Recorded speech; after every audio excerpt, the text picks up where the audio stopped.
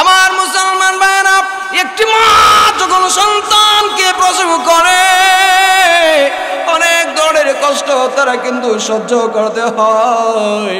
সর্বপ্রথমত হলো মা যখন সন্তানকে গর্ভের মধ্যে ধারণ করে ওই সময় যথেষ্ট পরিমাণের কষ্ট কিন্তু তারা করে, বিছানার মধ্যে ভালো করে ঘুমাতে পারে না, ভালো করে খাবার দাবারটা পর্যন্ত গ্রহণ করতে পারে না। ভালো কোনো খাবার যখন মুখে দেয় ওই সময় দেখা যায় বমি করে একদম সব কিছু ছেড়ে দিতে হয়। আরামে ঘুমাতে পারে না, বিছানার মধ্যে ঘুমাতে পর্যন্ত পারে না। রাতের আধারে হঠাৎ করে দেখা যায় মা আরামের বিছানা ছেড়ে দিয়া জমিনের মধ্যে পড়ে পড়ে কাঁদে, ফ্লোরের মধ্যে পড়ে পড়ে কাঁদে। স্বামী তখন যদি বলে, ও প্রিয়তমা, আরামের বিছানা ছেড়ে দিয়া তুমি এখন বিছানার বাহিরে গিয়ে একদম মাটির মধ্যে পড়ে কেন কাঁদো? তুমি এখন একদম ফ্লোরের মধ্যে পড়ে পড়ে কেন কাঁদো? এইটা কি বলবা? ওই সময় মা কিন্তু সামান্যতম কোনো কথা বলে না। ও স্বামী আমার, আপনি বুঝবেন না আমি কোন কষ্টের মধ্যে পড়ে আছি, আমি কোন মুসিবতের মধ্যে পড়ে আছি, আপনি কিন্তু বুঝবেন না। আমার পেটের মধ্যে যে বাচ্চা, ওই বাচ্চার নড়াচড়ার কারণে কিন্তু আমি আর বিছানার মধ্যে পড়ে থাকতে পারি না। আমি যেইভাবে আমার ভালো লাগে, আমার যেইভাবে শান্তি হয়, এইভাবে কিন্তু আমি পড়ে থাকলাম। আমার মুসলমান ভাইরা, ওই মা যখন সন্তানকে প্রসব করে তখন কিন্তু আরো বেশি করে কষ্ট বেড়ে যায়। আমাদের যদি হাতের মধ্যে ব্যথা হয়, আমাদের যদি পেটের মধ্যে ব্যথা হয়, আমাদের যদি মাথার মধ্যে ব্যথা হয়, ডাক্তারের কাছে দ্রুত দৌড়াই। ডাক্তারের কাছে যাইয়া বলি আমার চিকিৎসা করবার জন্য। আমার পেটের ব্যথা হলে আমার পেটের ব্যথা যেভাবে কমে ওইভাবে কিন্তু তারা চিকিৎসা করে। আমার হাতের মধ্যে যদি ব্যথা হয়, আমার হাতের ব্যথা যেভাবে কমে সেভাবে চিকিৎসা করে। আমার মাথার মধ্যে যদি ব্যথা হয়, আমার হাতে মাথার ব্যথা কমানোর জন্য ডাক্তারগণ চিকিৎসা করে।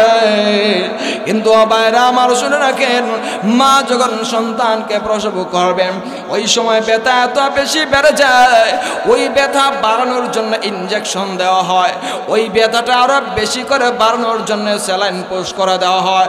ও ভাইরা আমার বুঝেন, সামান্য মাথা ব্যথা হলে সহ্য করা যায় না, সামান্য পেটের ব্যথা হলে সহ্য করা যায় না, শরীরের মধ্যে সামান্য ব্যথা হলে সহ্য করা যায় না, কমানোর জন্য ডাক্তারের কাছে আমরা দৌড়ঝাঁপ করি। কিন্তু মুসলমান ভাইরা আমার, মা যখন সন্তানকে প্রসব করবার সময় ব্যথা একদম বেড়ে যায়, আবারও যখন ইনজেকশন দিয়ে ব্যথা বাড়ানো হয় তেমন কষ্ট হয়। আমার মুসলমান ভাইরা, ওই সময় তো মা অনেক ধরনের কষ্ট করেন, খুব বেশি করে কষ্ট করেন। ওই জায়গায় শুধুমাত্র সীমাবদ্ধ নয়, ডাক্তার অনেক সময় বলে থাকি এই জায়গার মধ্যেও হবে না, হসপিটালের মধ্যে নিয়ে যেতে হবে। আমার মুসলমান ভাইরা, ওই সময় মা তখন বুঝে নেয় যে মনে হয় দুনিয়া থেকে বিদায় হয়ে যেতে হবে। শুধুমাত্র বললাম। এইবার চলে যাই আমরা দ্বিতীয় ধাপে। আল্লাহ রাব্বুল আলামিন বলেন, ওয়াবিল ওয়ালিদাইনি ইহসানা। আল্লাহ বলেন মা বাবার সঙ্গে ইহসান সুলভ আচরণ করবার জন্য, সুন্দর আচরণ করবার জন্য। এখানে একটা প্রশ্ন জাগতে পারে যে আল্লাহ আয়াতের প্রথম অংশে নিজের আলোচনা করেছেন, এরপরে দ্বিতীয় ধাপে আইসা আল্লাহ রাব্বুল আলামিন মা বাবার কথা আলোচনা করেছেন। এখানে আল্লাহর আলোচনার পর মা বাবার কথা আলোচনা কেন করেছেন, এর জবাব দিতে গিয়ে মুফাসসিরিনে কেরামগণ অনেক কারণ উল্লেখ করেছেন। এর মাঝে দুটি কারণ শুধুমাত্র আপনাদের সম্মুখে বলছি। ভাইরা আমার, লক্ষ্য করে দেখুন, আল্লাহ রাব্বুল আলামিন কুরআনুল কারীমের মধ্যে নিজের আলোচনা করার পরে মা বাবার কথাকে আলোচনা করেছে। আল্লাহর আলোচনা করার পরে বাপ মার কথাকে কেন স্থান দিলেন? মুফাসসিরিনে কেরামগণ বলেন, আমার মুসলমান ভাইরা, আল্লাহ রাব্বুল আলামিন মাখলুকের প্রতি যত সবের অনুগ্রহ করেছেন, যত রহম আর বরকত দিয়েছেন এর জন্য কোনো বিনিময় কামনা করেন না। জোরে বলেন ঠিক কিনা? আল্লাহ রাব্বুল আলামিন আমাদের প্রতি যত সব অনুগ্রহ করেছেন এর জন্য কি কোনো প্রতিদান বা বিনিময় চান? আরো জোরে বলেন। আল্লাহ রাব্বুল আলামিন মাখলুকের প্রতি যত সবের অনুগ্রহ করেছেন এর জন্য কোনোদিন বিনিময় কামনা করেন না, বিনিময় চান না, প্রতিদান চান না। ঠিক সেভাবে মা বাবা সন্তানাদিদেরকে যেহেতু আদর যত্ন করে, সন্তানাদির জন্য এত সব মহব্বত তারা ভিতরের মধ্যে রেখেছে, এর জন্য মা বাবা কোনোদিন সন্তানের কাছে বিনিময়ে চায় না, এর জন্য কোনোদিন সন্তানের কাছে প্রতিদান চায় না। আল্লাহ রাব্বুল আলামিন এবং মা বাবার সঙ্গে এই দিকটাতে আচরণগত একটা সামঞ্জস্য পাওয়া যায়। এজন্য আল্লাহ রাব্বুল আলামিন নিজের আলোচনা করার পর বাপ মার কথা আলোচনা করেছে। আরো জোরে বলেন সুবহানাল্লাহ। ভাইরা আমার, শুধুমাত্র তাই নয়, দ্বিতীয় নম্বরের কারণ হলো আল্লাহ রাব্বুল আলামিন মাখলুকের প্রতি যত সব অনুগ্রহ করেছেন, যত সব রহম আর বরকত দিয়েছেন এর জন্য আল্লাহ রাব্বুল আলামিনকে আমাদের পক্ষ থেকে কোনো বিনিময় দেওয়া সম্ভব নয়। আল্লাহকে এর জন্য কোনো পুরস্কার দেওয়া সম্ভব নয়। কারো দ্বারা কি সম্ভব হবে বিনিময় দেওয়া? এই যে মনে করেন আল্লাহ রাব্বুল আলামিন আমাদেরকে দুইটা চক্ষু দিয়েছেন, আল্লাহ রাব্বুল আলামিন আমাদেরকে জিহ্বা দান করেছেন, লিসান দান করেছেন, দুইটা ঠোঁট দান করেছেন। এগুলো যদি আমাদেরকে না দিতেন তাহলে কেমন হতো? তাহলে কেমন বোঝা যেত? ও মুসলমান ভাইরা আমার, আল্লাহ রাব্বুল আলামিন যে আমাদের প্রতি এত অনুগ্রহ করেছেন, আমাদের পক্ষ থেকে এর কোনো বিনিময় আল্লাহ রাব্বুল আলামিনকে দেওয়া সম্ভব নয়।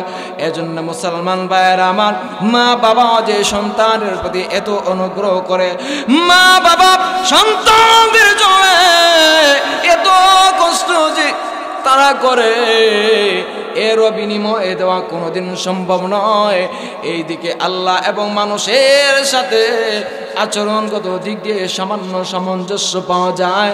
এজন্য আল্লাহ রাব্বুল আলামিন নিজের আলোচনা করার পরে বাপ মার কথা আলোচনা করেছেন। ভাইরা আমার, শুধুমাত্র তাই নয়, ওই মা বাবার সঙ্গে সুন্দর আচরণ করবার জন্য আল্লাহ রাব্বুল আলামিন কিন্তু সুন্দরভাবে ভেঙে ভেঙে আলোচনা করেছেন। আল্লাহ রাব্বুল আলামিন সব ক্ষেত্রে কিন্তু এত ভেঙে ভেঙে আলোচনা করেন নাই, কিন্তু মা বাবার সঙ্গে আচরণগত দিক দিয়ে কিভাবে আচরণ করব, ওদের অবস্থা কেমন হলে আমরা কিভাবে আচরণ করব সুন্দর করে কিন্তু বলে দিয়েছেন।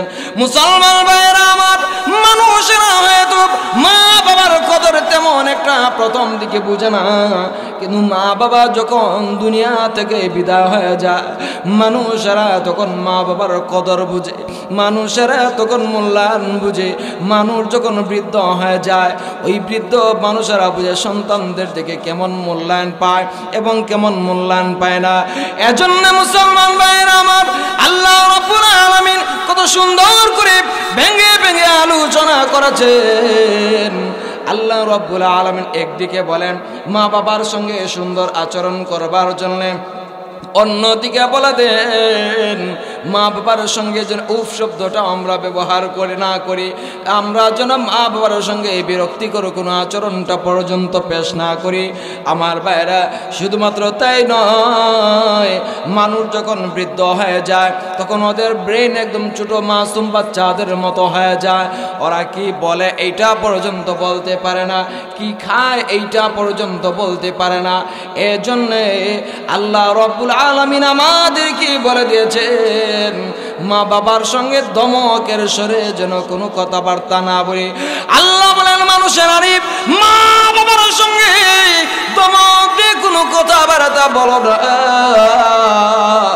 আল্লাহ রাব্বুল আলামিন আরো ভেঙে ঘোষণা করেছেন আমরা যে মা বাবার সঙ্গে কথাবার্তা বলবো, মা বাবার সঙ্গে আচরণ করব, মা বাবার সঙ্গে যেন সম্মানজনক ভাষায় কথাবার্তা বলি, এই ধরনের সুন্দর করে বলে দিয়েছেন।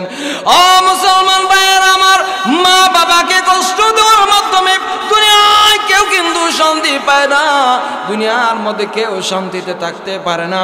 আল্লাহ রাব্বুল আলামিন মানুষকে যে গুনাহ করার যোগ্যতা দিয়েছেন, এর মাঝে সবচেয়ে বড় হলো কবিরা গুনার যোগ্যতা। আমার মুসলমান ভাইরা, ওই কবিরা গুনাহের মধ্য থেকে বড় বড় যে কবিরা গুনাহ আছে, এর মাঝে একটি কবিরা গুনাহ হলো মা বাবার সঙ্গে অসৎ আচরণ করা, মা বাবার সঙ্গে খারাপ আচরণ করা। ও মুসলমান ভাইরা আমার, মানুষ যদি মা বাবার সঙ্গে খারাপ আচরণ করে তাহলে অনেক বড় কবিরা গুনাহ হয়ে যায়। অনেক সময় দেখা যায় আল্লাহ রাব্বুল আলামিন মা বাবার সঙ্গে কবিরা গুনাহ করবার কারণে এর শাস্তিটা দুনিয়াতে পর্যন্ত দিয়ে দেন, এমন প্রমাণ আছে না নাই? আর হজরে বলেন আছে না নাই? ও মুসলমান ভাইরা, শুধুমাত্র লক্ষ্য করে দেখুন, মা বাবাকে কষ্ট দেওয়ার মাধ্যমে আল্লাহ রাব্বুল আলামিন দুনিয়াতে কেমন শাস্তি দিয়ে থাকে। মুসলমান ভাইরা আমার, পাকিস্তানের বড় একজন আলেম হাকিম আখতার সাহেব রহমাতুল্লাহি আলাইহি, অনেক বড় আল্লাহর ওলি, অনেক বড় আল্লাহর একজন ওলি ছিলেন। ওই আল্লাহর ওলি একটি কিতাবের মধ্যে লেখেন, ও মুসলমান ভাইরা আমার, তিনি কিতাবের মধ্যেই লিখে দিয়েছেন, আমি জোহরের নামাজ আদায় করবার জন্য মসজিদের ভিতরে প্রবেশ করব, এমন সময় দেখি মসজিদের বাহিরের মধ্যে একটি ওযুখানা রয়েছে, ওই ওযুখানার কিনারায় একটা যুবক শুধুমাত্র দাঁড়িয়ে আছে। আমি ওই জায়গার মধ্যে ওযু সেরে নিলাম, কিন্তু যুবকটাকে দেখি না, যুবকটা ওই জায়গার মধ্যে ওযু করে না, যুবকটা একদম দাঁড়িয়ে আছে। আমি মসজিদের ভিতর প্রবেশ করলাম, কিন্তু দেখি যুবকটা তখন ওই জায়গার মধ্যে দাঁড়ায় আছে। ওই যুবকটার চেহারায় এত সুন্দর দাড়ি, দেখলে বোঝা যায় অনেক বড় একজন নামাজি। কিন্তু নামাজ আরম্ভ হয়ে গেল, যুবকটা মসজিদের ভিতরে প্রবেশ করে না, মসজিদের বাহিরে একদম দাঁড়া আছে। সবাই একদম নামাজ শেষ হয়ে গেল, আমি পিছনের দিকে তাকালাম, তাকায় দেখি ওই যুবকটা একদম ওযুখানার কিনারার মধ্যে দাঁড়ায় আছে। আমি আশ্চর্য হয়ে গেলাম, যুবকটা নামাজের অনেক আগে আসলো, চেহারা দেখতে সুন্দর, কিন্তু মসজিদের ভিতরে কেন প্রবেশ করলো না, আমাদের সাথে কেন নামাজ পড়লো না? আমি নফল নামাজে দাঁড়ায় গেলাম, নফল নামাজে দাঁড়ানোর পরে সামান্য কয়েক রাকাত নামাজ পড়বার পরে সালামটা শেষ করালাম, দেখি ওই যুবকটা একা একা মসজিদের ভিতরে দাঁড়ায় দাঁড়ায় নামাজ পড়ে। আমি যুবকটাকে দেখে আশ্চর্য হয়ে গেলাম, যুবকের দিকে যখন শুধুমাত্র তাকালাম, দিকে এত লম্বা করে রুকু আদায় করে, এত সুন্দর করে সেজদা করে, আমার কাছে খুবই পছন্দ লেগে গেছে। ওই যুবকটার নামাজ আমার মনটা একদম কেড়ে নিয়েছে। নামাজ শেষ করবার জন্য আমি মসজিদের ভিতরে একদম বসে থাকলাম। যুবকটা যখন নামাজ শুধুমাত্র শেষ করেছে, আমি ওই যুবকটাকে বললাম, আরে যুবক, আমি দেখেছি নামাজের অনেক আগে তুমি এই জায়গায় এসেছিলে, কিন্তু রে যুবক, তুমি শুনে রাখো, সবাই নামাজ পড়লো, তুমি নামাজ পড়লে না, সবাই ওযু করলো, সবার সঙ্গে তুমি ওযু করলে না, কিন্তু নামাজ একদম শেষ হয়ে গেছে। এখন কেন তুমি আইসা মসজিদের ভিতরে এত সুন্দর করে নামাজ আদায় করলা? আমার খুবই ভালো লেগেছে, আমার খুবই পছন্দ লেগেছে, কিন্তু এই ধরনের কাজ তুমি কেন করলা? ইমাম সাহেবের সঙ্গে নামাজ কেন তুমি পড়লা না? জামাতের সাথে কেন নামাজ তুমি পড়লা না? অথচ আগেই তো তুমি মসজিদের সামনে হাজির হয়েছিলে। হাকিম আখতার সাহেব রহমাতুল্লাহি আলাইহি উনি যখন এই কথাটি শুধুমাত্র বললেন, ওই যুবকটা তখন চোখের পানি ছেড়ে দিয়ে কাঁদে, চোখের পানি ছেড়ে দিয়ে কাঁদে, চোখ দিয়ে একদম জোর জোর করে পানি পড়ে। আর সামান্যতম কোনো কথাবার্তা বলে না। হাকিম আখতার সাহেব রহমাতুল্লাহি আলাইহি তখন যুবকটাকে বললেন, আরে যুবক, তুমি শুনে রাখো, আমি তোমাকে শুধুমাত্র ওই কথাটি জিজ্ঞেস করে অপরাধ করলাম নাকি? আমার কথা শুনে তুমি কেন কান্নাকারে শুরু করলে, আমাকে কি তুমি বলবা? ওই যুবকটা ডাক দিয়ে বলে, ওগো আল্লাহর ওলি, শুনে রাখেন, আমি কান্নাকাটি করছি, কান্নার কারণটা আপনি আর জিজ্ঞাসা। আল্লাহর ওলি তখন ডাক দিয়ে বলেন, হ্যাঁ যুবক, তুমি শোনো শোনো, আমার কাছে তুমি মূল কাহিনীটা বর্ণনা করতে হবে। যদি বর্ণনা না করো আমার ভিতরে শান্তি আসবে না। ও মুসলমান ভাইয়েরা আমার, ওই যুবকটি তখন ডাক দিয়ে বলে, ওগো আল্লাহর ওলি, আমার গায়ের মধ্যে দেখেন এই যে একটা চাদর রয়েছে, ওই চাদর মুবারক দিয়ে আমার হাতটা একদম দুইটা হাত পেছানো আছে। উনি বললেন, হ্যাঁ আমি দেখেছি। ওগো আল্লাহর ওলি, শুনে রাখেন, ওই চাদরের ভিতরে আমার ডান হাতটা যে আছে, ওই ডান হাতটাতে পচন রোগ ধরেছে, পচন ধরেছে। এর থেকেও খুব বেশি বিশ্রী দুর্গন্ধ বের হয়। আমি যদি মসজিদের ভিতরে প্রবেশ করি, তাহলে আমার পাশে কেউ নামাজে দাঁড়ায় থাকতে পারবে না, নামাজ ভেঙে ভেঙে চলে যেতে হবে। ওগো আল্লাহর ওলি, আমি নামাজের জন্য প্রবেশ করি না, মানুষের কষ্ট হবে।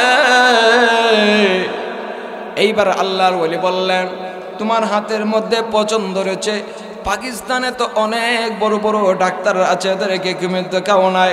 ওই যুবকটা তখন ডাক দিয়ে বলে, ওগো আল্লাহর ওলি, পাকিস্তানের কোনো ডাক্তার আমি বাদ রাখিনি, সবাইকে ভালো উঁচু পর্যায়ের যত সব ডাক্তার আছে সবাইকেই কিন্তু আমার হাতটা দেখালাম, কিন্তু সবাই বলে না না, আমার হাতটা সুস্থ হবে না।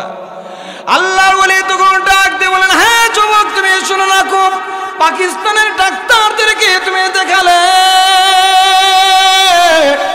ইন্ডিয়ার ডাক্তার তো অনেক বড় বড় ডাক্তার আছে, এদেরকে কি তুমি দেখেছো? এদেরকে যদি তুমি দেখাও, হয়তো তোমার হাতটা সুস্থ হয়ে যাবে।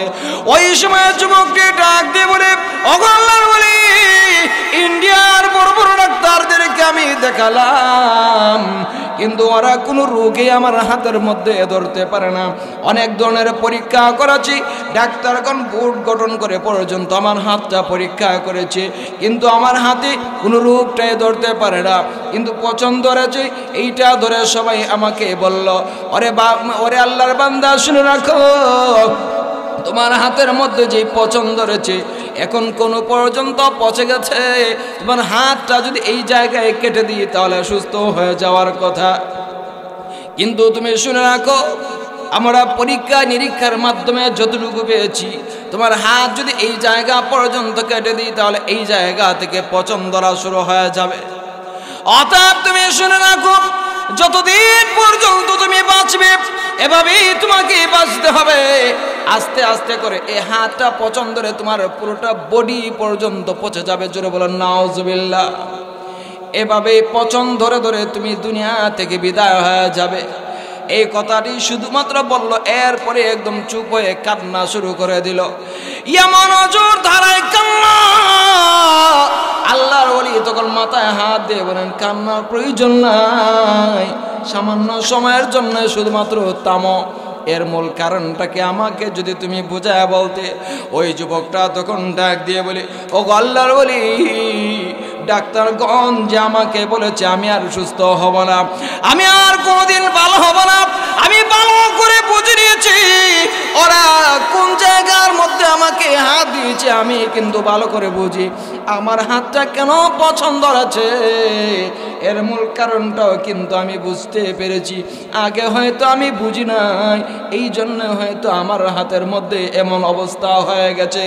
আল্লাহর ওলি তখন ডাক দিয়ে বলেন, আরে যুবক, তোমার হাতের মধ্যে যে পছন্দ রয়েছে তুমি কি বুঝলা, কি বুঝলা? ওই সময় যুবকটি ডাক দিয়ে বলে, ও আল্লাহর ওলি, শুনে রাখেন, আমার একজন মা, আমার মা কিন্তু একদম বৃদ্ধ হয়ে যাবেন এমন অবস্থায় উপনীত। আমার মা বলেছেন একটি জায়গায় একটি মেয়েকে বিবাহ করবার জন্য।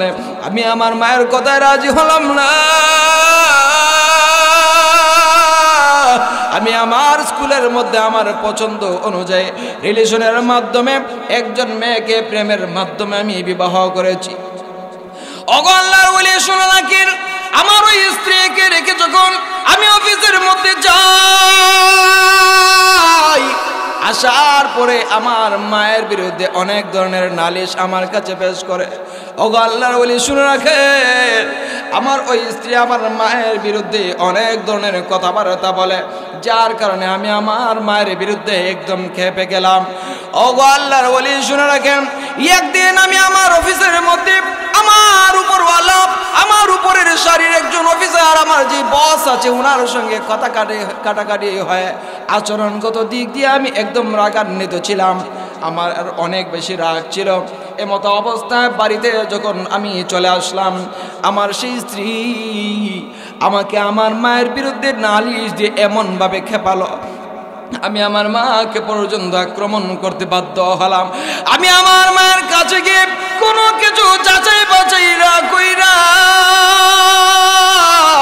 আমার মায়ের গালের মধ্যে, চেহারার মধ্যে একটা থাপ্পড় দিয়ে দিলাম। এমন জোরে থাপ্পড় দিয়েছিলাম, আমার মায়ের চেহারাটা একদম লাল হয়ে গিয়েছিল। আমার মায়ের চেহারার মধ্যে একদম 5টা আঙ্গুলের দাগ বসে গিয়েছিল। আমি আমার স্বচক্ষে দেখেছিলাম। আমার মায়ের চেহারার মধ্যে যখন আমি থাপ্পড় দিয়েছিলাম, আমার মা কিন্তু এই সময় দাঁড়িয়ে থাকতে পারে না। আমার মা কিন্তু জমিনের মধ্যে একদম পড়ে গিয়েছে।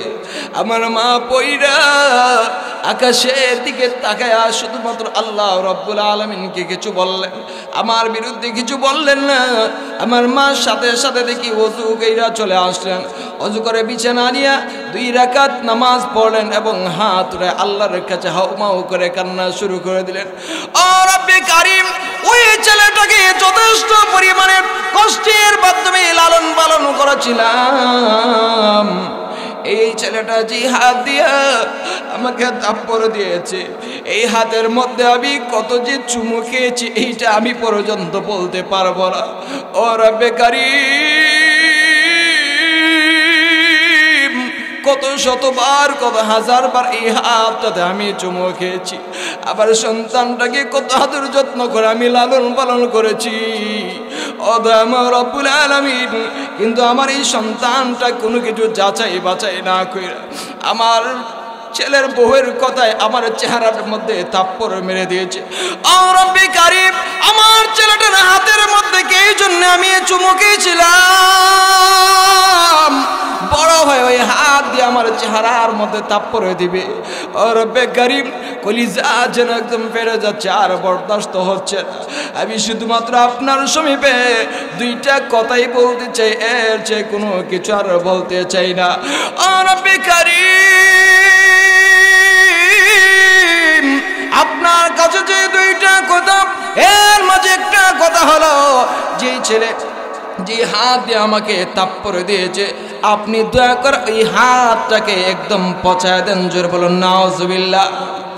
2 নম্বর আর একটি বদদুয়া করেছিলেন, যে ছেলেটা আমাকে থাপ্পড় দিতে পারলো, ওই ছেলেটা যেন আমার জানাজার নামাজে অংশগ্রহণ করতে না পারে, এইটা আপনি দয়া করে কবুল করে নেন। ও মুসলমান ভাইরা আমার, মা যখন বদদুয়া দিয়েছেন, ওই যুবকটা তখন ডাক দিয়ে বলে, ও আল্লাহর ওলি, ভালো করে শুনে রাখেন, আমার মা যখন 2টা বদদুয়া করেছিলেন, তখন থেকেই দেখি আমার পায়ের নিচে সামান্যতম মাটি নাই। আমার কলিজা একদম কাঁপতে থাকলো, কিন্তু আমার রাগের উৎসার কারণে আমার মায়ের কাছে আর মাফ চাইতে পারলাম না। ওগো আল্লাহর ওলি শুনে রাখেন, কিছুদিন পরেই দেখি আমার হাতের মধ্যে ঘামাচির মতো কেমন জানি কি একটা হলো। আমি নখ দিয়ে শুধুমাত্র এইভাবে সামান্য চুলকালাম, আমি সামান্য চুলকালাম।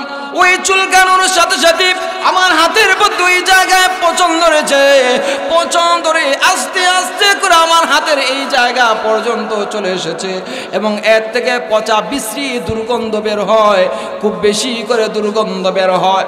ওগো আল্লাহর ওলি শুনে রাখেন, আমার হাতের মধ্যে যে পচন ধরেছে, ডাক্তারগঞ্জে কোনো রোগ ধরতে পারে না, কোনো সমস্যা খুঁজে পায় না, এর মূল কারণটা কিন্তু এই জায়গায় নয়। আমার মা যে বদদুয়া করেছিলেন, এই বদদুয়াটি আল্লাহ রাব্বুল আলামিন কবুল করে নিয়েছেন। ও মুসলমান ভাইরা, ওই সময় যুবকটি ডাক দিয়ে বলে, ও আল্লাহর ওলি, ওই জায়গায় সীমাবদ্ধ নয়, আমার মা যে দ্বিতীয় নাম্বার আরো একটি বদদুয়া করেছিলেন, আমি যেন জানাজার নামাজে অংশগ্রহণ করতে না পারি। আমার বাড়ি থেকে অফিস তেমন একটা বেশি দূরে নয়। আমার মা ঝড়ের আগে কিন্তু দুনিয়া থেকে বিদায় হয়ে গেলেন, মরে গেলেন, মৃত্যুবরণ করলেন। আমাকে জানানো হলো, আমি বললাম আমার মায়ের জানাজার সময়টা আসরের নামাজের পরে দিয়ে দেন, আসরের আগে আমি চলে আসতে পারবো, কোনো সমস্যা হবে না। ওগো আল্লাহর ওলি শুনে রাখেন, ওই দিন আমি এমন বিপদের মধ্যে পড়ে গেলাম, আসর কেন মাগরিব কোন এশার নামাজের আগেও আমি আয়েশা বাড়িতে পৌঁছতে পারলাম না। এশার নামাজের পরে আমি যখন বাড়িতে চলে আসলাম, এই সময় মানুষেরা আমাকে বলে, এর যুবক তুমি শুনে রাখো, তুমি তো বলেছিলে আসরের নামাজের পরে তোমার মায়ের জানাজার নামাজ দেওয়ার জন্য, তুমি ভালো করে শুনে রাখো, তুমি মাত্র একটা ছেলে ছিলে, কিন্তু যখন তুমি দেরি করলে আমরা মাগরিবের নামাজ পর্যন্ত অপেক্ষা করলাম, যখন দেখি মাগরিব পর্যন্ত তুমি আসো না, মাগরিবের পরে আমরা একদম জানাজা পইরা একদম দাফন করে ফেলেছি। ওই যুবকটা তখন কবরের কিনারে গিয়ে হাউমাউ করে কাঁদে, কিন্তু হাউমাউ করে কান্নার কোনো প্রয়োজন আর নাই, হাউমাউ করে কান্না করে আর কোনো লাভ হবে না। ওই সময় যুবকটি ডাক দিয়ে বলে, ও আল্লাহর ওলি, এই জায়গার মধ্যে শুধু সীমাবদ্ধ নয়, আমার মা যে বদদুয়া করেছিলেন, বদদুয়া তো দুইটাই কাজ হয়ে গেছে, ফলে গেল, বাস্তব হয়ে গেল। এরপরে আরো যে কাহিনীরা ঘটলো, সবচেয়ে দুঃখ হলো ওই জায়গায় যে স্ত্রীর জন্য, যে বউয়ের কথা আমি আমার মায়ের চেহারার মধ্যে দাগ বসে দিয়েছিলাম, আমার মায়ের চেহারা একদম লাল করে দিয়েছিলাম, একদম রক্তের দাগ বসে দিয়েছিলাম, ওই স্ত্রী কিছুদিন পরে আমাকে ডিভোর্স নামা নিয়ে এসে হাজির হয়ে বলে, ও স্বামী আমার, আপনি শুনে রাখেন, আপনি ভালো করে শুনে রাখেন, ডাক্তারগণ আপনাকে রিপোর্ট করেছে আপনি এইভাবেই দুনিয়া থেকে বিদায় হয়ে যাবেন। আমি আপনার সঙ্গে সংসার করতে চাই না, আমারও তো জীবন আছে, আমারও তো জীবন কাটাতে হবে, আপনার সঙ্গে যদি আমি সংসার করতে হয় কয়েকদিন পরে আপনি দুনিয়া থেকে বিদায় হয়ে যাবেন, অতএব তখন আমি একা একা থাকতে হবে, অতএব আপনি আপনার জায়গায় থাকুন, আপনি দুনিয়াতে যেভাবে ইচ্ছা চলাফেরা করুন, আমাকে আপনি দয়া করে বিদায় দিয়ে দেন। এই বলে ডিভোর্স নামাটা আমার হাতের মধ্যে এইভাবে চড়ে ফেলে আমার স্ত্রী একদম চলে গেল, আরেকজন পুরুষের সাথে বিবাহ বন্ধনে আবদ্ধ হয়ে গেল। ওই যে আমার স্ত্রী এমন ধরনের, আমার স্ত্রী যে স্ত্রীর জন্য আমার মাকে পর্যন্ত আঘাত করেছিলাম, ওই স্ত্রী যখন চলে গেল আমাকে ছেড়ে, তখন আমার ভিতরে খুবই কষ্ট লেগেছে। এরপরে আমি দুনিয়ার সব কিছু ছেড়ে দিয়া আমি একদম আল্লাহমুখী হয়ে গেলাম। আগে নামাজ পড়তাম না, এখন আমি নামাজ পড়ি। আগে আমার চেহারার মধ্যে দাড়ি ছিল না, এখন আমার দাড়ি রেখেছি। আল্লাহর ওলি, আমার কি মুক্তির কোনো ব্যবস্থা আছে? এই পথটা দয়া করে আপনি বাতলিয়ে দিন, এই পথটা দয়া করে আপনি আমাকে দেখা দেন। আমার মুসলমান ভাইরা, হাকিম আখতার সাহেব রহমাতুল্লাহি আলাইহি ওই যুবকটাকে বললেন, এরে যুবক তুমি শোনো শোনো, তোমার জিন্দেগি একদম শেষ পর্যায়ে চলে এসেছে। তুমি তোমার মাকে আঘাত করেছো, তোমার মাকে তুমি মারপিট করেছো, তোমার মায়ের উপর তুমি আক্রমণ করেছো। এরে যুবক, তোমার মাকে তুমি যথেষ্ট পরিমাণের কষ্ট দিয়েছো, আল্লাহর গায়ে পর্যন্ত সেটা বরদাস্ত হয় নাই। অতএব তোমাকে শুধুমাত্র আমি এখন বলতে চাই, তোমার মায়ের কবরে গিয়ে জিয়ারত করবা, নামাজ পড়ে পড়ে তোমার মায়ের জন্য ভালো করে দোয়া করবা। তোমার মায়ের রক্তের যারা আত্মীয় ছিল, নিকট আত্মীয় ছিল, তোমার মায়ের যত সব বান্ধবী ছিল, এদেরকে দাওয়াত করে করে বাড়িতে নিয়ে আইসা এদেরকে মাঝে মধ্যে কিছু হাদিয়া তোহফা দিবা। সবচেয়ে বড় হলো, তোমার যদি কিছু সম্পত্তি থাকে, তোমার মা দুনিয়ার মধ্যে নাই, তোমার মায়ের জন্য কিছু জায়গা জমি আল্লাহর রাস্তায় দিয়ে যাইবা, হয়তো হাসরের ময়দানে আল্লাহ রব্বুল আলামিন এই ওসিলায় তোমাকে মাফ করে দিবে। তাহলে দেখলেন কিনা, মা বাবার সঙ্গে সামান্য আচরণগত খারাপ করবেন, হয়তো উপস্থিত দেখবেন তেমন একটা সুবিধা হচ্ছে না, মা বাবার সঙ্গে খারাপ আচরণ করো, দেখবেন পার পেয়ে যাবেন। কিন্তু এইটা ভালো করে বুঝে রেখেন, মা বাবার সঙ্গে বেয়াদবি করে কোনোদিন পার পাওয়া যাবে? আরো জোরে বলেন, পার পাওয়া যাবে? কোনোদিন পার পাওয়া যাবে না। এই মা বাবাদের হক আল্লাহ রাব্বুল আলামিন যথেষ্ট দিয়েছেন। ভাইরা আমার, লক্ষ্য করে দেখুন, একজন সাহাবী এসে বলেন, ইয়া রাসূলুল্লাহ, ইয়া হাবিবাল্লাহ, ওগো নবীজি, আপনার কাছে আমি জানতে চাই আমি খেদমত করব কার? ওই সময় আল্লাহর নবীজি বললেন, তোমার মায়ের খেদমত করবা। দ্বিতীয় ধাপে এসে বললেন, ইয়া রাসূলুল্লাহ, ইয়া হাবিবাল্লাহ, আমি খেদমত করব কার? আল্লাহর নবীজি বললেন, তোমার মায়ের খেদমত করবা। তৃতীয় ভার এসে বললেন, ইয়া রাসূলুল্লাহ, ইয়া হাবিবাল্লাহ, ওগো নবীজি, আমি খেদমত করব কার? আল্লাহর নবীজি বললেন, তোমার মায়ের খেদমত করবা। চতুর্থবার এসে বললেন, ইয়া রাসূলুল্লাহ, ইয়া হাবিবাল্লাহ, আমি খেদমত করব কার? আল্লাহর নবীজি বললেন, তোমার বাবার। আমার মুসলমান ভাইরা, এই যে দেখেন আল্লাহর নবীজি মায়ের অধিকারটা বেশি করে বাড়িয়ে দিয়েছেন, আর বাবার অধিকারটা চতুর্থবার আইসা একদম স্থান দিয়েছেন। ও মুসলমান ভাইরা, এ তো সব হক মা কিন্তু এমনিতেই পায় নাই, এ তো সব হক কিন্তু মা যথেষ্ট পরিমাণের কষ্ট করবার কারণে পেয়েছে। আমার মুসলমান ভাইরা, একটি মা যখন সন্তানকে প্রসব করে, অনেক ধরনের কষ্ট তারা কিন্তু সহ্য করতে হয়। সর্বপ্রথমত হলো, মা যখন সন্তানকে গর্ভের মধ্যে ধারণ করে, ওই সময় যথেষ্ট পরিমাণের কষ্ট কিন্তু তারা করে। বিছানার মধ্যে ভালো করে ঘুমাতে পারে না, ভালো করে খাবার দাবারটা পর্যন্ত গ্রহণ করতে পারে না। ভালো কোনো খাবার যখন মুখে দেয়, ওই সময় দেখা যায় বমি করে একদম সব কিছু ছেড়ে দিতে হয়।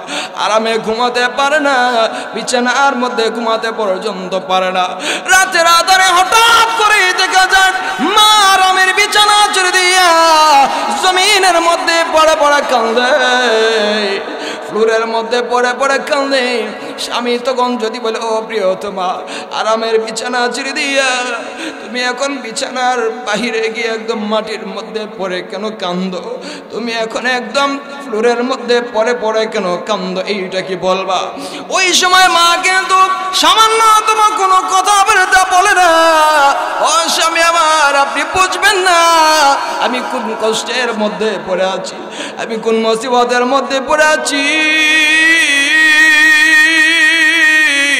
আপনি কিন্তু বুঝবেন না।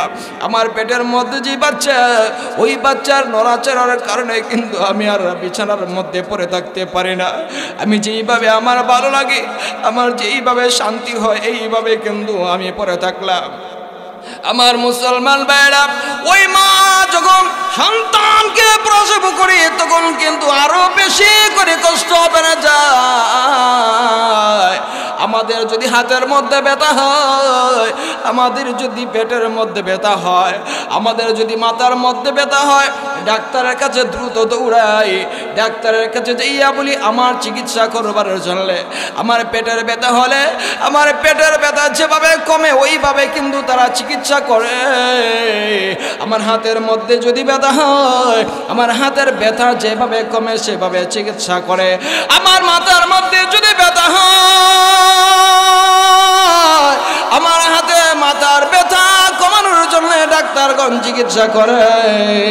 কিন্তু ভাইরা আমার, শুনে রাখেন, মা যখন সন্তানকে প্রসব করবেন, ওই সময় ব্যথা এত বেশি বেড়ে যায়, ওই ব্যথা বাড়ানোর জন্য ইনজেকশন দেওয়া হয়, ওই ব্যথাটা আরো বেশি করে বাড়ানোর জন্য স্যালাইন পুশ করে দেওয়া হয়। ও ভাইরা আমার, বুঝেন, সামান্য মাথা ব্যথা হলে সহ্য করা যায় না, সামান্য পেটের ব্যথা হলে সহ্য করা যায় না, শরীরের মধ্যে সামান্য ব্যথা হলে সহ্য করা যায় না, কমানোর জন্য ডাক্তারের কাছে আমরা দৌড়ঝাঁপ করি। কিন্তু মুসলমান ভাইরা আমার, মা যখন সন্তানকে প্রসব করবার সময় ব্যথা একদম বেড়ে যায়, আবারও যখন ইনজেকশন দিয়ে ব্যথা বাড়ানো হয় তেমন কষ্ট হয়। আমার মুসলমান ভাইরা, ওই সময় তো মা অনেক ধরনের কষ্ট করেন, খুব বেশি করে কষ্ট করেন। ওই জায়গায় শুধুমাত্র সীমাবদ্ধ নয়, ডাক্তার অনেক সময় বলে থাকি এই জায়গার মধ্যে হবে না, হসপিটালের মধ্যে নিয়ে যেতে হবে। আমার মুসলমান ভাইরা, ওই সময় মা তখন বুঝে নেয় যে মনে হয় দুনিয়া থেকে বিদায় হয়ে যেতে হবে। মা তখন মানুষকে ডাক দিলে, মানুষের আরে আমার মা কোথায়, আমার মাকে নিয়ে আসো আমার সামনে, আমার বাবা কোথায়, আমার বাবাকে সামনে নিয়ে আসো, আমার স্বামী কোথায়, আমার স্বামীকে আমার সামনে নিয়ে আসো, শেষবারের মতো বিদায়টা নিয়ে নি। মা যখন দেখা যায় সামনে উপস্থিত, মায়ের পা ধরে বলেন, মা যথেষ্ট পরিমাণের আদর যত্ন আপনি আমাকে করেছেন, এখন কিন্তু ব্যথা আমার একদম সহ্যের বাহিরে চলে যাচ্ছে, মনে হয় আমি আর বাঁচব না, আপনার পাটা বাড়ায় দেন, আপনার পায়ে ধরে আমি জিন্দগির জন্য মাপটা নিয়ে নিই, আপনার কাছ থেকে জনমের বিদায়টা নিয়ে নিই। ওই সময় সবাই কিন্তু চোখের পানি ছেড়ে দিয়ে কান্দে, সবাই শুধুমাত্র কান্দে, মন নয়। বাবাকে একদম ডাক দিয়ে বলে, ও বাবা আপনি শুনে রাখেন, আমাকে ছোটবেলা থেকে যথেষ্ট পরিমাণের আদর যত্ন আপনি করেছেন, আপনি নিজে না পইরা, আপনি নিজে ভালো কাপড় চোপড় না পরে আমাকে পরাইছেন। আমি যখন বলতাম আমাকে লিপস্টিক দেওয়ার জন্য, আমাকে মেহেদি এনে দেওয়ার জন্য আপনি দিয়ে দিতেন, ভালো ভালো জামাগুলি দেওয়ার সময় না দিতেন। কিন্তু আমি নিজেই দেখেছি একটা জামা পরে আপনি 2 বার 3 বার 3টা ঈদ পর্যন্ত করেছেন। ও বাবা, যথেষ্ট পরিমাণের কষ্ট আপনি করেছেন, আমার জন্য পুরাতন কাপড় পইরা ঈদটা পর্যন্ত করেছেন, আপনার পাওটা বাড়া দেন, আমি জনমের মতো বিদায়টা নিয়ে নিই। সবার থেকে আস্তে আস্তে করি বিদায়, শেষ পর্যন্ত স্বামীকে বলো, স্বামী আমার শুনে রাখেন, অনেক দিন পর্যন্ত আপনার সঙ্গে সংসার করলাম, অনেক ভুল ভ্রান্তি হয়েছে, দয়া করে আপনি আমাকে মাফ করে দেন।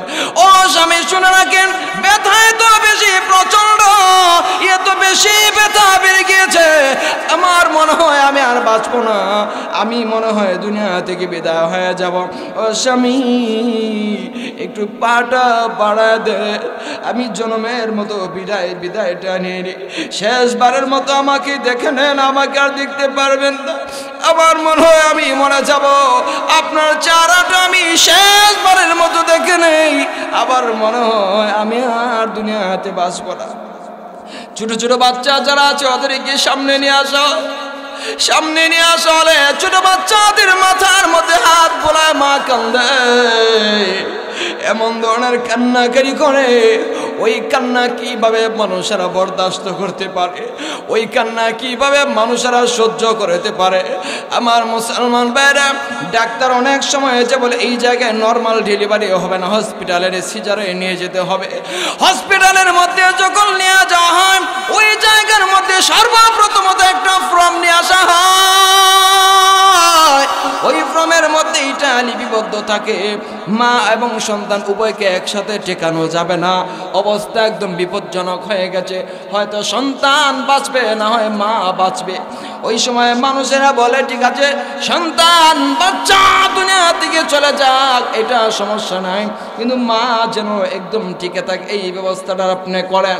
কিন্তু মা দেখা যায় বিছানার মধ্যে পেটের মধ্যে পড়ে পড়ে ইশারা দিয়ে সবাইকে ডেকে ডেকে বলে, হ্যাঁ মানুষেরা শুনে রাখো, আমি দুনিয়াতে অনেক দিন পর্যন্ত বেঁচে রয়েছি, আমি দুনিয়া থেকে চলে যাই এইটা আমি সহ্য করতে পারি, কিন্তু আমার সন্তানটা যে দুনিয়াতে আসবে, এই সন্তানটা যেন দুনিয়ার আলো বাতাস দেখে, এই সন্তানটা যেন দুনিয়ার মধ্যে টিকে থাকে, তাকে বড় হতে দাও, এমন দস্তখত করে না যে সন্তানটা চলে যাক, বরং আমি চলে যাই সমস্যা নাই, তোমরা আমার সন্তানটাকে কমপক্ষে টিকিয়ে রাখো, আমার সন্তানটাকে আদর করে রাখো।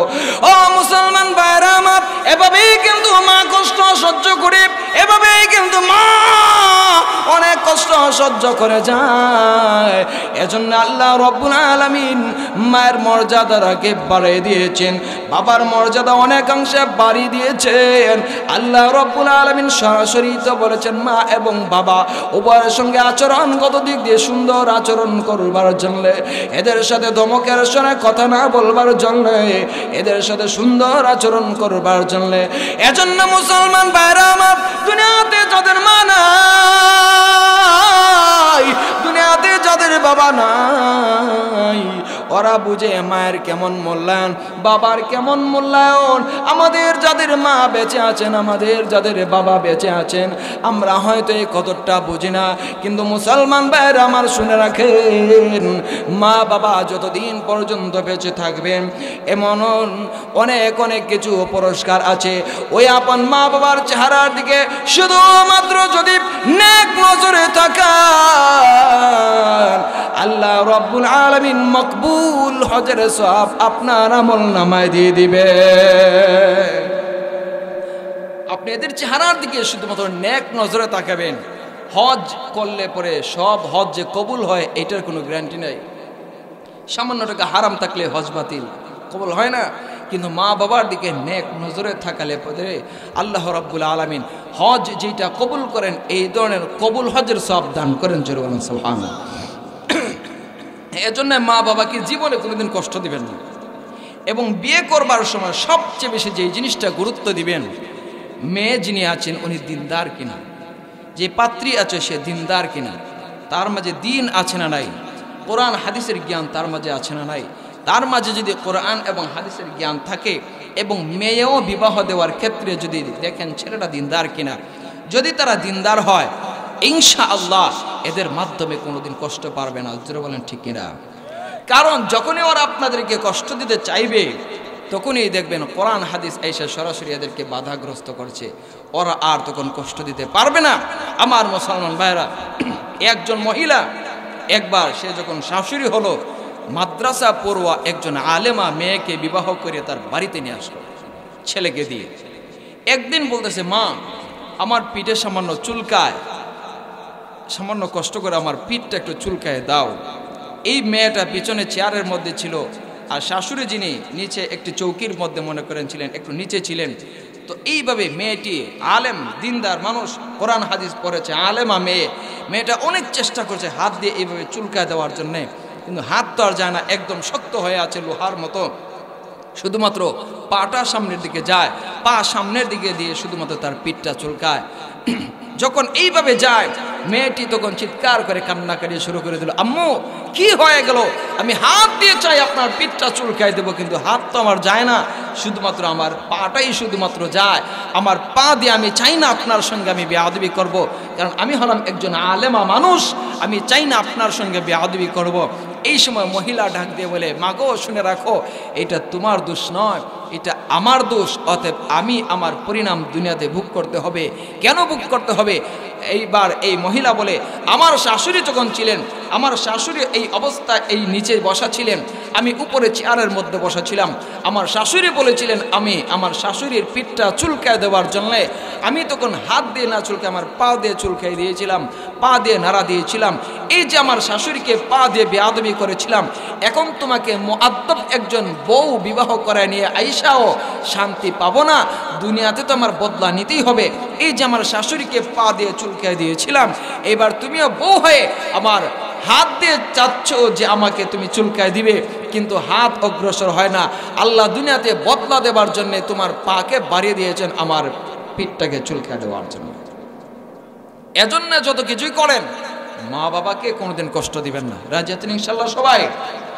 মা বাবা যত বৃদ্ধ হয়ে যায়, বৃদ্ধ হয়ে গেলে পরে মানুষের মন মানসিকতা ছোট মানুষের মতো হয় কিনা। একজন বৃদ্ধ মানুষ, তার ছেলে একজন অফিসার মানুষ, অফিসে কাজকর্ম করে, বাড়িতে তেমন আসে না, কিন্তু তার ছেলের বউ যে আছে, তার বৌমা যে আছে বাড়ির মধ্যে থাকে, তার মাত্র একটাই নাতি, একটা মাত্র নাতি আছে। ওই বৃদ্ধ মানুষটা মনে করেন একবার খায়, দ্বিতীয়বার যায় বলে আমি তো কোনো কিছু খাই না, বৌমা আমাকে কিছু খাবার দেন। বারবার কিছু পর পর শুধুমাত্র বলে বৌমা আমাকে কিছু খাবার দেন। এক পর্যায়ে তার ছেলের বউ একদম রাগান্বিত হয়ে গেল। কি বুড়া একটা কাজ শুরু করছে, বারবার খাবার দিয়ে কিন্তু খাবার খায়, এরপর বলে খাবার খায় না, আরো খাবার দিতে হবে। মানুষ বৃদ্ধ হয়ে গেলে পেটের ক্ষুধা কিন্তু বেড়ে যায়, জোর বলেন ঠিক কিনা? দেখবেন ভালো করে খাওয়ার পরে কিছুক্ষণ পরে দেখবেন আবার পেটের ক্ষুধা বেড়ে গেছে, এইরকম অবস্থা হয়ে যায়। তো এই বৃদ্ধ লোক বলতেছে, মা আমাকে কিছু খাবার দেন, কিছু খাবারের ব্যবস্থা করেন। কিন্তু এই যে জল্লাদ মার্কা যে ছেলের বউ আছে, সে তো আর খাবার দেয় না। একদিন বলতেছে, কি হয়েছে এইটা, বারবার শুধুমাত্র খাবার চায়, বারবার শুধুমাত্র খাবার চায়। ঠিক আছে, সমস্যা নাই, স্বামী আসুক এরপরে বলবো। স্বামী আসার পরে এমনভাবে খেপিয়ে তুললো, কিন্তু এই ছেলেটা আর কোনো কিছু বলল না, কিন্তু খাবার একদম বন্ধ করে দিল। ওইদিকে নাতিকে দাদা ডাক দিয়ে বলে, নাতি তোমাকে যথেষ্ট পরিমাণের আদর যত্ন করেছি, তুমি অন্ততপক্ষে আমার জন্য কিছু খাবারের ব্যবস্থা করো, আমার এই দুনিয়ায় আর কেউ করবে না তুমি ছাড়া। দেখেন আপনাকে একটা পরামর্শ দিই। পরামর্শটা কি? আপনার হাতের মধ্যে যে প্লেটটা আছে, যে প্লেট দিয়ে আপনাকে খাবার দেওয়া হয়, মনে করেন চায়ের কাপের যে প্লেটটা আছে, এই প্লেট দিয়ে যে আপনাকে খাবার দেওয়া হয়, এইটাকে জমিনের মধ্যে ছুড়ে দিয়ে একদম ভেঙে ফেলেন। তখন এই বৃদ্ধ মানুষ বলতেছে, নাতি তোমার মা যে জল্লাদ, এমনিতেই খাবার বন্ধ, যদি প্লেট ভাঙি তাহলে তো আমার অবস্থা আরো খারাপ, ঝাড়ুর বাড়ি একটা পিঠ ছাড়া মাটিতে পড়বে না। বলে, দাদা আপনি এটা ভাঙেন। বললো, আচ্ছা ঠিক আছে ভাঙবো, সমস্যা নাই, কিন্তু ভাঙলে পরে দোষটা কার হবে? বলে, আমার হবে, আমি বলবো আমি ভাঙছি। দাদা বলে, আচ্ছা ঠিক আছে সমস্যা নেই, তোমার যদি দোষ হয় আমি রাজি আছি। এইবার একদম জমিনের মধ্যে ছুঁড়ে ফেলে একদম প্লেটটা ভেঙে দিল। এইদিকে বউ চলে আসলো, এসে বলে, বুড়া হইছে না শয়তানের গুড়া হইছে, খাবার খায় আবার প্লেটটা ভাঙছে। আজকে স্বামী আসুক, জবাবদিহি করতে হবে। স্বামী শুধুমাত্র আসলো, বলো, স্বামী আজকে হয়তো বাবার বিচার করেন, না হয় আমাকে বাড়ি থেকে বিদায় দেন। যখন এই কথা বলছে, আমাকে বিদায় দেন কেন? তোমার বাবা খাবারও খায়, আবার দেখা যায় প্লেটটা ভেঙে ফেলে, প্লেট ভেঙে ফেলছে। ঠিক আছে, এসে বলে, বাবা প্লেটটা কি আপনি ভাঙছেন? বলে, না। কে ভাঙছে? তোমার ছেলে ভাঙছে। ছেলেকে এসে বলে, প্লেটটা কে ভাঙছে? তুমি ভাঙছো? বলে, না আমি ভাঙছি। দাদার মাথায় তখন টাটা পড়ছে। কিরে, আগে বললো যে দোষ তার গায়ে চাপায় নেবে, কিন্তু এখন বলতেছে না সে ভাঙছে না, এখন তো আমার অবস্থা আরো খারাপ। মনে মনে খতমে নুস শুরু করে দিয়েছে। এইবার ছেলেটা হঠাৎ করে আস্তে আস্তে বলে, দাদা আপনি যে প্লেটটা ভাঙলেন, এই প্লেটটা যে ভাঙলেন, আমি এটার মাফ কই পাইম? এখন মাফ কই পাইম? শুধু এটাই বলে। এবার বাবা বলতেছে, কিরে একটু পরে পরে, সামান্য পরে পরেই যে বলো এই প্লেটটা যে দাদা ভাঙলেন, এটার মাফ কই পাইম আমি? এটা কি? এটা তো আমি বুঝছি না। তখন ছেলে বলতেছে, আব্বু শুনে রাখেন, আমার দাদা বৃদ্ধ মানুষ, একটু পরে পরে, সামান্য পরে পরে বলে খাইবার জন্যে, কিন্তু আমার আম্মু তেমন একটা খাবার দেয় না। এই যে এই সামান্যতম খাবার দেয়, এই ছোট একটা প্লেট দিয়ে খাবার দেয়। এখন যে দাদা এই প্লেটটা ভেঙে ফেললো, আমি পরবর্তীতে আপনাকে খাবার দেওয়ার জন্য এই প্লেটটাই লাগবে। আপনি যখন বৃদ্ধ হয়ে যাবেন তখন এই প্লেট দিয়ে আপনাকে খাবার দিতে হবে, তখন আমি এই প্লেটের মাফটা কইবেন। বলতেছে, হ্যাঁ এত কষ্টে করে তোকে কলেজে লেখাপড়া করাই, এত শিক্ষিত বানাচ্ছি, কিন্তু শেষ পর্যন্ত গিয়ে তুই আমাকে এই প্লেট দিয়ে খাবার দিবি? বলতেছে, বাবা আপনি আমাকে শিক্ষিত করছেন, আপনি বলতেছেন আপনি বৃদ্ধ হলে এইটা দিয়ে আপনাকে আমি কেন খাবার দিব? আমার দাদাও তো আপনাকে যথেষ্ট পরিমাণের কষ্ট করে লেখাপড়া করে একজন অফিসার বানিয়েছে। আমার দাদা কি এজন্য কষ্ট করে লেখাপড়া করাইছিল যে বৃদ্ধ হওয়ার পরে এই প্লেট দিয়ে আপনি খাবার দিবেন? তখন বাবা একদম চুপ হয়ে গেল।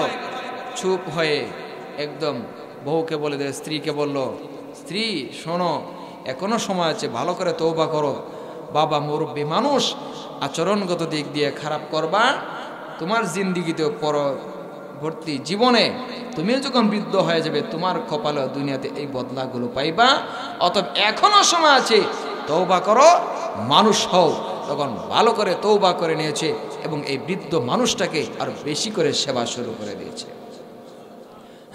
আমার মুসলমান ভাইরা, বয়ান আর সামনের দিকে দীর্ঘায়িত করতে যাচ্ছি না, রাত অনেক হয়ে গেছে।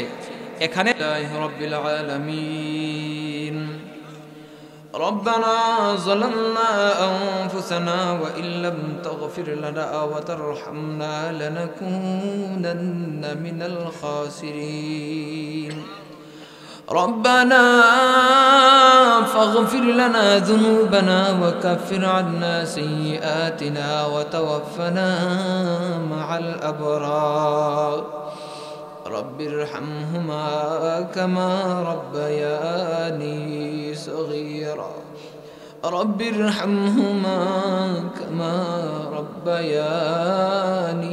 صغيرا اے رب کریم গভীর রজনীতে নুজুলে রহমতের সময় কিছু গুনাহগার মানুষ গুনার বোঝা মাথায় নিয়ে তোমার দরবারে হাত উঠাইলাম আল্লাহ দয়া করে মায়া করে আমাদের জিন্দেগির গুনাহগুলো মাফ করে দাও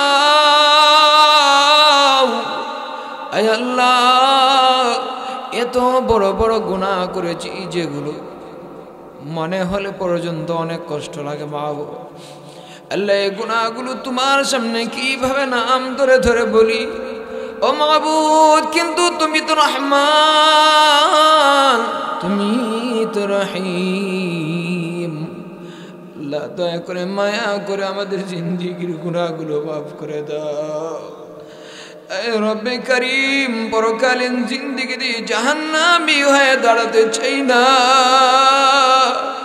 হাশরের ময়দানে জাহান্নামীদের কাতারে দাঁড়াতে চাই না আয় আল্লাহ ওয়ামতাজুল ইয়াউমা আইয়ুহাল মুজরিমুন এই বলে তুমি আমাদেরকে ডাক দিও না আয় রব্বে করিম বাচ্চারা যত ধরনের অপরাধ করুক না কেন বাবা যতই রাগ করুক না কেন পিছনের দরজা দিয়ে যদি শেষ রাত্রে এসে মাকে ডাক দেয় মা সাথে সাথে জবাব দেয় কিন্তু আল্লাহ তুমি তো রহমান এবং রহিম অপরাধী কিছু মানুষ তোমার দরবার হাত উঠে ডাকছি দয়া করে আমাদেরকে মাফ করে দাও আল্লাহ কত মানুষ অসুস্থ দয়া করে তুমি সুস্থ করে দাও হে রব্বে কারীম হসপিটালের বারান্দায় গেলে দেখা যায় মানুষেরা কেমন কষ্ট করে আল্লাহ দয়া করে সকল অসুস্থদেরকে তুমি সুস্থ করে দাও এ রব্বে করিম আমার আম্মাও খুব বেশি অসুস্থ দয়া করে তুমি সুস্থ করে দাও এ রব্বে করিম এই জায়গায় জানি না কারা নিজের খাদের মধ্যে করে নিজের মা বাবাকে মাটির নিচে দাফন করে রেখে এসেছে আয় আল্লাহ জানি না কারা নিজের সন্তানকে নিজের কাদের মধ্যে করে নিয়ে মাটির নিচে অন্ধকার কবরের মধ্যে রেখে এসেছে আল্লাহ দয়া করে এদের কবরকে তুমি জান্নাতের বাগান বানাও আল্লাহ আদম আলাইহিস সালাতু ওয়াস সালামদেরকে নিয়ে এই পর্যন্ত যতটা মুসলমান কবরের মধ্যে শুয়ে আছেন সবার কবরকে তুমি জান্নাতের বাগান বানাও এ রব্বে করিম আমাদের মা বাবা এখনো যারা জীবিত আছেন দয়া করে সবাইকে গুনাহ মুক্ত সুস্থ হায়াত বাড়িয়ে দাও আয় আল্লাহ মা বাবা নামের নিয়ামত অতি তাড়াতাড়ি তুমি আমাদের উপর থেকে উঠায় নিও না আল্লাহ মা বাবা নামের নিয়ামতটা অনেক শক্তিশালী নিয়ামত এই নিয়ামতটা তুমি অতি তাড়াতাড়ি উঠায় নিও না আয় রব্বে করিম সন্তান সন্ততি পরিবার পরিজন ভাই বোন আত্মীয় স্বজন যারা জীবিত আছে সবাইকে গুনাহ মুক্ত সুস্থ হায়াত বাড়িয়ে দাও আল্লাহ সবাইকে যাবতীয় বিপদ বালা মুসিবত থেকে হেফাজত ফরমাও আয় আল্লাহ যে পথে চললে পরে তুমি রাগ করে এই পথ থেকে হেফাজত ফরমাও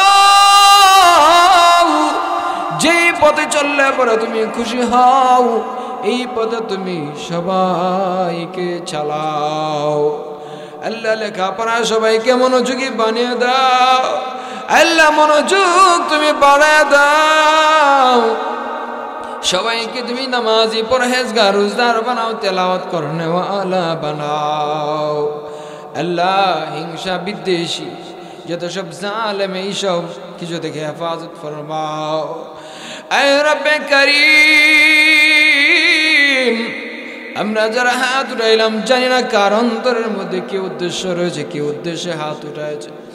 আল্লাহ দয়া করে সবার অন্তরে নেক উদ্দেশ্যগুলো কবুল আর মঞ্জুর করে নাও। আল্লাহ অনেক অভাবী আছেন, অভাব তুমি ঘুচায় দাও।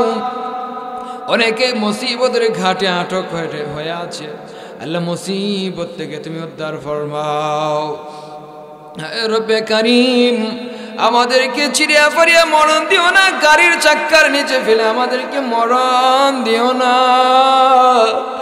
আগুনে পোড়া মারিও না, পানির নিচে ডুবা মারিও না, বিল্ডিং এর নিচে ধসা আমাদেরকে মারিও না। আল্লাহ এমন মরণ দিও না যে মরণের পরে আমাদের দেহটা কত বিক্ষত করে দেওয়া হয়, আমাদের দেহটাকে পোস্টমর্টম করে লাঞ্ছিত করা